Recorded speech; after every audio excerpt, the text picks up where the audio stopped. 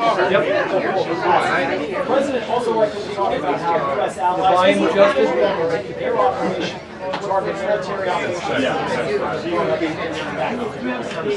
To target what we have in the president also liked to talk about the opposition building to his threat that was issued over the weekend, which he said was supposed to be strike power plants as well as other infrastructure in Iran. That's really that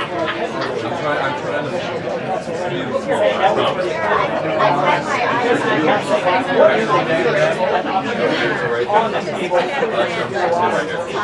tomorrow, the deadline originally was today, and we have as the president said, he's working on the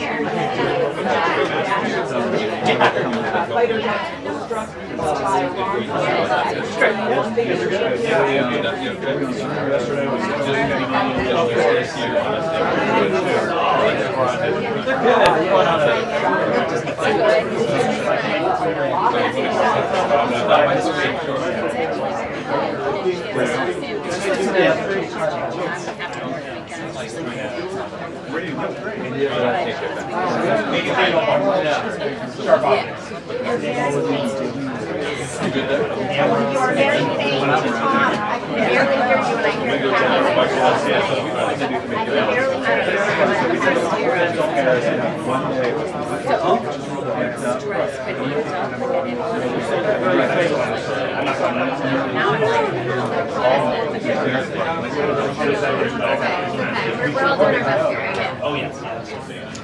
Yeah, it was honestly, I go to home. You really see it. I don't want to be out there.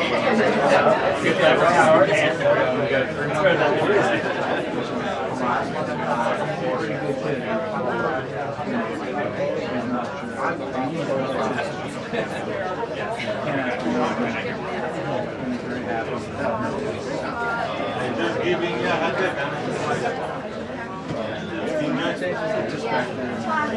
hear a lot happening. I can hear you, but it's very faint. yes. I have it tuned all the way up, so you guys have went to program training. But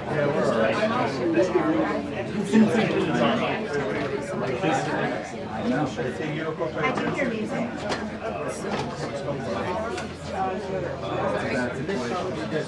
Makes me sad.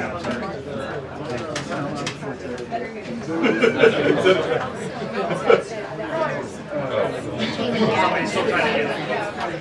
I think everybody. After you leave, I can get on like within 30 seconds.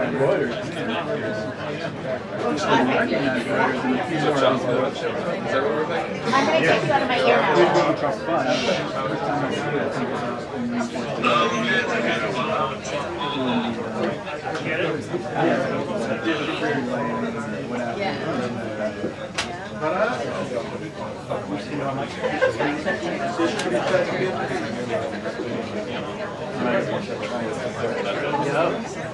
I guess they did. That's the least Sure, whatever you want. Whatever makes you happy. I do. Well, cool.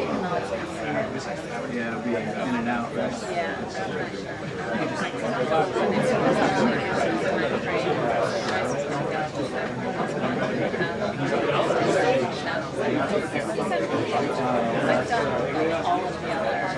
We've done it all.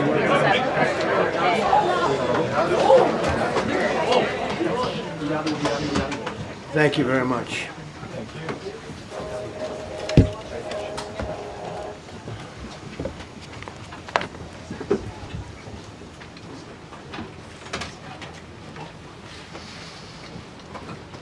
It's a great honor to be with you, and happy Easter. We had a great Easter. This is one of our better Easters, I think, in a lot of different ways. I can say militarily, it's been one of the best.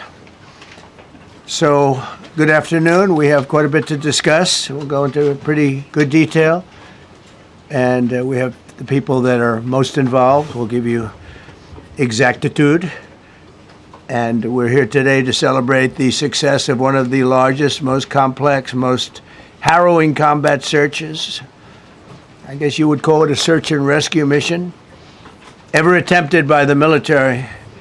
Generally, when planes are knocked down in war, especially when you're fighting a strong group, an evil group, you can't really do this because you send in 200 men to pick up one. And it's something that's usually not attempted as much as you want to attempt. And bad things happen to that one or two. And in this case, we did two, and it might not have been attempted before. But we did. And we had great talent. We got a little luck, too, I would say. And we were helped by a lot of people, a lot of great people. And it was an honor to be involved with it. It's very historic. This is a rescue that's very historic. It'll go down in the books. Late Thursday night, an American F-15 fighter jet went down deep inside enemy territory in Iran while participating in Operation Epic Fury, where we're doing unbelievably well, well at a level that nobody's ever seen before. The entire country can be taken out in one night, and that night might be tomorrow night. Both members of the crew ejected from the aircraft and landed alive.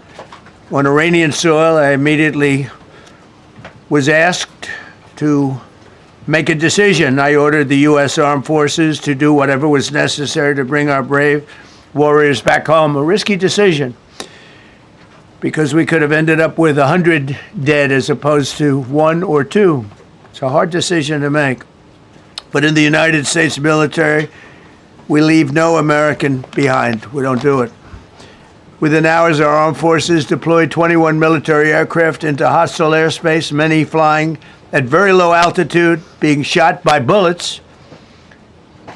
You bring rifles into play when you're going that low, but there are also certain advantages. And in broad daylight over Iran for 7 hours, at times facing very, very heavy enemy fire. We have a helicopter that's got a lot of bullets in it. It's amazing. We just realized how good those weapons are. Our machines are. Nobody has the equipment that we have, and nobody has the military that we have. Not even close. We're the most powerful military anywhere in the world by far. The flight crews and warfighters aboard those aircraft took extraordinary risks to rescue their fellow service members. This first wave of search and rescue forces successfully located the pilot of the F-15, and he was extracted from enemy territory by an HH-60 Jolly Green II helicopter. Fabulous machine as our warriors faced gunfire at very close range. It's amazing that when you look at the machinery, what happened, that nobody was even injured. Meanwhile, the second crew member, a weapons system officer, highly respected colonel, had landed a significant distance away from the pilot. When you're going at those speeds, even if you go out 2 or 3 seconds later, it's miles and miles away because you're going fast. He was injured quite badly and stranded in an area teeming with terrorists from the Islamic Revolutionary Guard Corps rough group, as well as besieged militia and local authorities. Many, on top of everything else, they told the communities actually within inside of Iran, the people of Iran, they were given a tremendous incentive to find this pilot. Despite the peril, the officer followed his training and climbed into the treacherous mountain terrain and started climbing toward a higher altitude, something they were trained to do in order to evade capture. They want to always go as far away from the site of the shoot down You want to go as far away because they all head right to that site. You want to be as far away as you can. And he was injured, and he was an amazing, amazing thing. He scaled cliff faces, bleeding rather profusely, treated his own wounds, and contacted American forces to transmit his location. They have a very sophisticated beeper-type apparatus that is on them at all times. And when they go out on these missions, they make sure they have lots of battery space and they're in good shape. And this one worked really well, amazingly, saved his life. We immediately mobilized a massive operation to retrieve him from the mountain holdout. And he kept going higher and higher. The mountain kept getting rougher and rougher and really very, very hard to find. The second rescue mission involved 155 aircraft, including 4 bombers, 64 fighters, 48 refueling tankers, 13 rescue aircraft, and more. We were bringing them all over, and a lot of it was subterfuge. We wanted to have them think he was in a different location because they had a vast military force out there. Thousands of people were looking. So we wanted them to look in different areas, so we were scattered it all over like we were right on top of them. We had 7 different locations where they thought, and they were very confused. They said, well, wait a minute, they've got groups here, they've got groups there. It's an amazing thing. I was listening to these great people, these great generals. General Raisin Kane was amazing, and Pete Hegseth was amazing. But I listened to the whole thing. It was pretty amazing. So they had all these different sites where everybody thought he was located. We think we have him over there because they have 9 planes circling a little area that's 25 miles down the coast.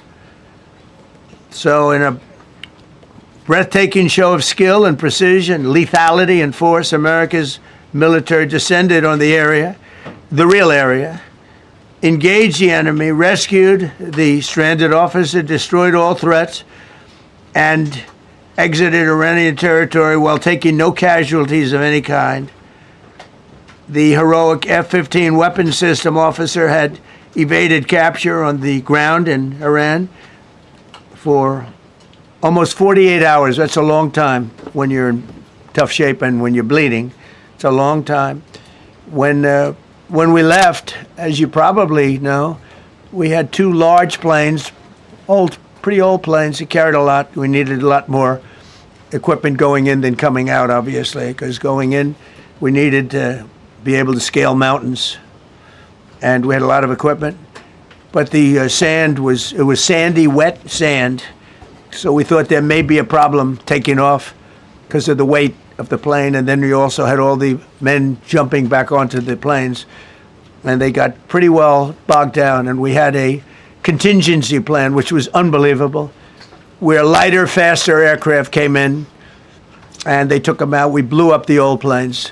We blew them up to smithereens because we had equipment on the planes that, frankly, we'd like to take, but I don't think it was worthwhile spending another 4 hours there taking it off. So we didn't want anybody to have. We have the best equipment anywhere in the world. We didn't want anybody examining our anti-aircraft and other equipment. So these were large planes that were old and pretty old, and we blew them up. And we had faster, lighter planes come in, and they were able to land on the sand. We needed the bigger planes because we had so much equipment that we needed. We took 3 helicopters over there, which were very strongly used and couldn't have lived without them. They did, and they performed unbelievably well. And if you'd see it, you wouldn't believe it. They came off the plane, and these guys had them. The rotors were off. They rebuilt these helicopters in less than 10 minutes. And that was one of the more amazing things. These are helicopters, small, unbelievably powerful, but small, very small, so it can get into certain areas. And they got them off the plane, and they rebuilt all 3 of them in a matter of less than 10 minutes. It's pretty amazing what the genius of these people. Who would think that? You'd think it would take 5 days to build them. And in some companies, it would take 5 days, and they wouldn't do it well. But they served us well. As Commander-in-Chief, I never forget the extraordinary risk taken by the warriors that we send into battle and the genius. I mean, think of it, having a contingency of 3 planes waiting because we think the sand is so bad that we probably won't be able to take off. And the planes really got bogged. The sand this was not much of a runway. This was a farm, not a runway. It's a farm, but it did the trick. But to have a contingency as opposed to having to wait 2 days, can you imagine, right in the middle? This was central. This was right, you would call it central casting if you were doing a movie for location. And probably the toughest area of Iran where we'd be sitting there. So these planes came in, those pilots came in so fast and so quick and got out of there. Everybody got aboard and just got 15-minute intervals. 1 load out, 1 load out, 1 load out. It happened. And we were watching and we said, that's amazing. In many ways, I was almost more impressed by the contingency that we had than the fact that, if we would have had a runway or decent soil, but it was an amazing thing. But we thank God for every single one of them and the talent. The genius is not even talent, it's genius. It's the whole ball game, every one of them. If you look at what we did with Maduro, we went into a military compound, a massive, with thousands and thousands of soldiers, and within a matter of minutes, and he lived behind iron doors. There were steel doors, broke them down so quickly. And within almost minutes, he was in the back of these planes. It was a similar group. Incredible. We have incredibly talented people. And if the time comes, we move heaven and earth to bring them home safely. We're going to bring our people home safely. I want to thank every member of the U.S. Armed Forces involved in these historic operations. They really were historic. It's just not something that's done. And you'd understand it. Not that they don't want to do it, but when you're going into areas, when you look at these helicopters, when you look at the amount of bullets and everything else that they took, when you go into these areas, you don't come out like we came out. God was watching us, I tell you. Well, it was the Easter, we were in Easter territory, I guess, but God was watching us. Amazing. Because when you look at the machinery, they took damage. It tells you, first thing I said is, these are unbelievable machines, how they flew back and not even much of a problem. But these 2 extraordinary rescues, because it was 2, and as you probably know, we didn't talk about the first one for an hour, and then somebody leaked something, which we'll hopefully find that leaker. We're looking very hard to find that leaker, and talked about there's somebody missing. They basically said that we have one and there's somebody missing. Well, they didn't know there was somebody missing until this leaker gave the information. So whoever it was, we think we'll be able to find it out because we're going to go to the media company that released it, and we're going to say, national security, give it up or go to jail. And we know who, and you know who we're talking about, because some things you can't do. Because when they did that, all of a sudden, the entire country of Iran knew that there was a pilot that was somewhere on their land that was fighting for his life.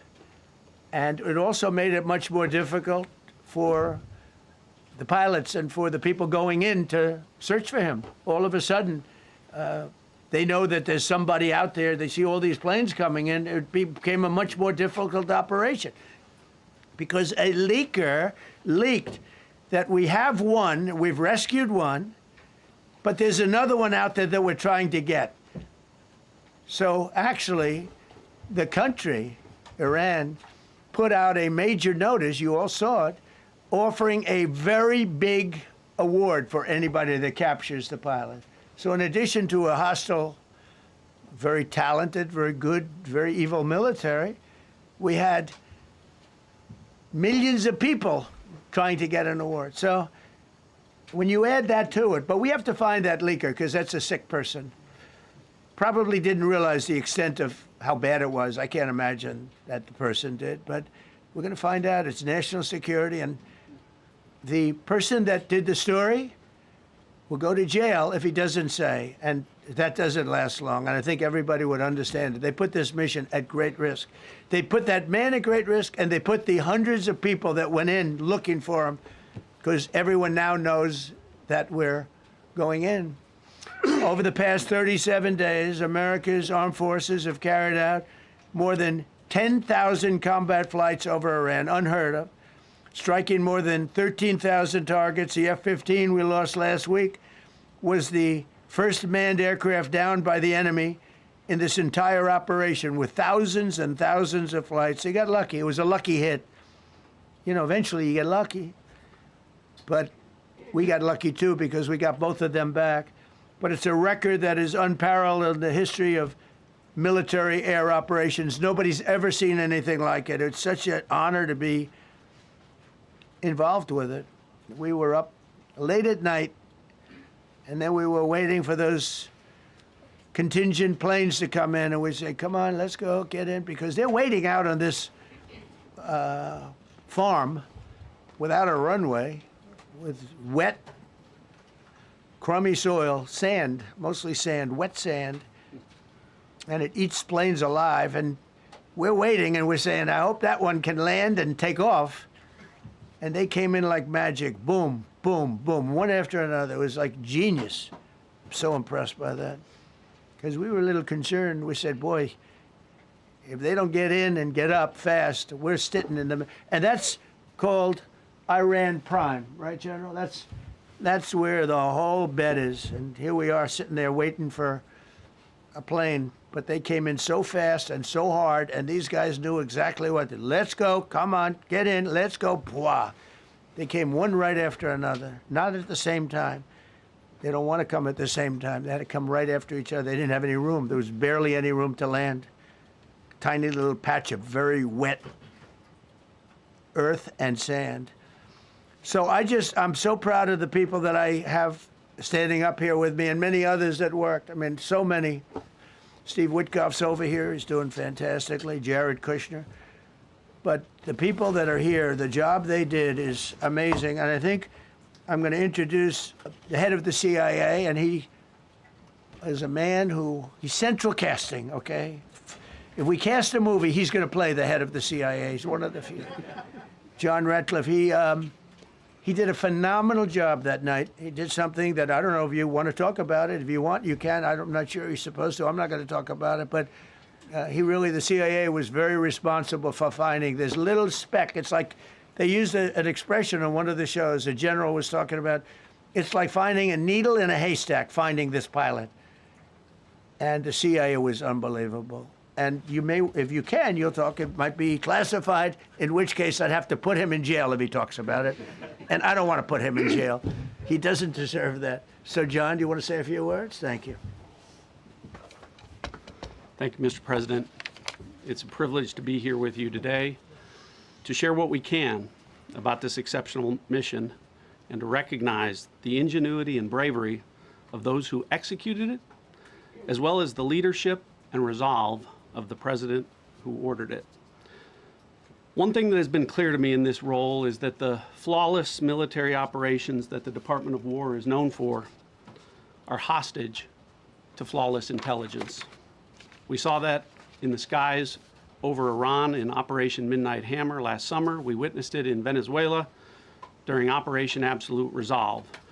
We've seen it against the cartels in the Western Hemisphere, and we're seeing it every day in Operation Epic Fury, including this mission to rescue an aviator buried deep behind enemy lines. Because it is the unique tradition of the U.S. Armed Forces that we leave no man or woman behind, this was a no-fail mission. That was the spirit in which the President put us to work, and we were determined not to let him down or our airmen down. As an agency, the CIA possesses unique capabilities that only the President can deploy. Some of these capabilities fall under covert action authorities. And because covert means exactly that, I'm not going to be able to tell you everything that you want to know. At the President's direction, we deployed both human assets and exquisite technologies that no other intelligence service in the world possesses to a daunting challenge, comparable to hunting for a single grain of sand in the middle of a desert. This was also a race against the clock, as it was critical that we locate the downed aviator as quickly as possible, while at the same time keeping our enemies misdirected. For that reason, in addition to the human and technical assets deployed by the President to find our airman, CIA executed a deception campaign to confuse the Iranians who were desperately hunting for our airmen. On Saturday morning, we achieved our primary objective by finding and providing confirmation that one of America's best and bravest was alive and concealed in a mountain crevice, still invisible to the enemy, but not to the CIA. That confirmation was relayed by Secretary Hegseth to the President, and the operation quickly moved to the execution phase. Following the successful exfiltration on Saturday night, our intelligence reflects that the Iranians were embarrassed and ultimately humiliated by the success of this audacious rescue mission.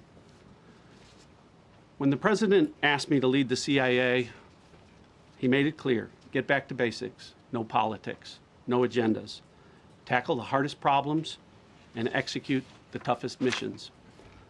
This President is about results, and now that's what his CIA is about too. The professionals at the agency and at the Department of War deserve immense credit for their flawless execution during this daring mission. Their skill, creativity, and courage are unmatched on the battlefield wherever they step. But none of that matters, and all of that is wasted without a president with the political courage to put them into action. Mr. President, I've had the privilege of seeing you act with political courage in the best interest of the United States up close on a daily basis, and I'm grateful that this successful mission has given the American people a window into that as well. The Secretary and Chairman will tell you that our service members' confidence is boosted by a Commander-in-Chief who has their back the same way they have yours. And I know that the confidence of CIA's officers is boosted by the knowledge that their work is informing a president who's not afraid to make the hardest decisions when the stakes are highest. And to the American people, your confidence should be boosted by knowing that the security of the nation is in the hands of a president who's willing to take on problems that have confounded both sides of the political aisle for nearly half a century.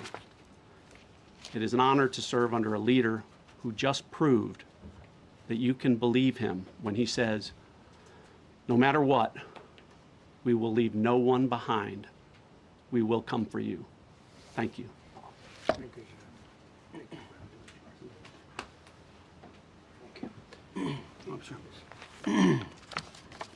Well, John, thank you for the collaboration of the CIA as well. Incredible and ongoing partnership.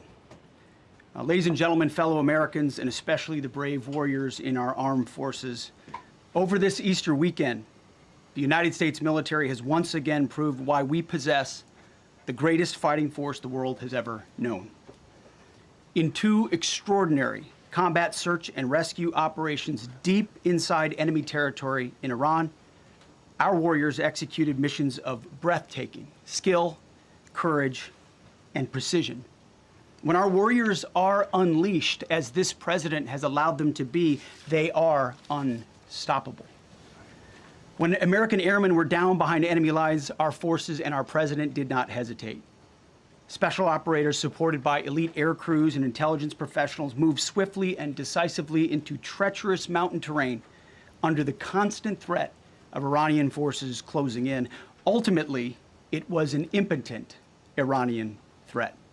And today, as the CIA director mentioned, Iran's military, and we know this, is embarrassed and humiliated, and they should be. Now, these are not routine operations. They were high-risk, high-stakes missions conducted in the heart of enemy territory. This was not just barely into Iran, this was deep into Iran, involving coordinated strikes to suppress threats, deception tactics to protect our teams, and full synchronization across air, ground, and special operations. The Iranians are still asking themselves right now, how did the Americans do this?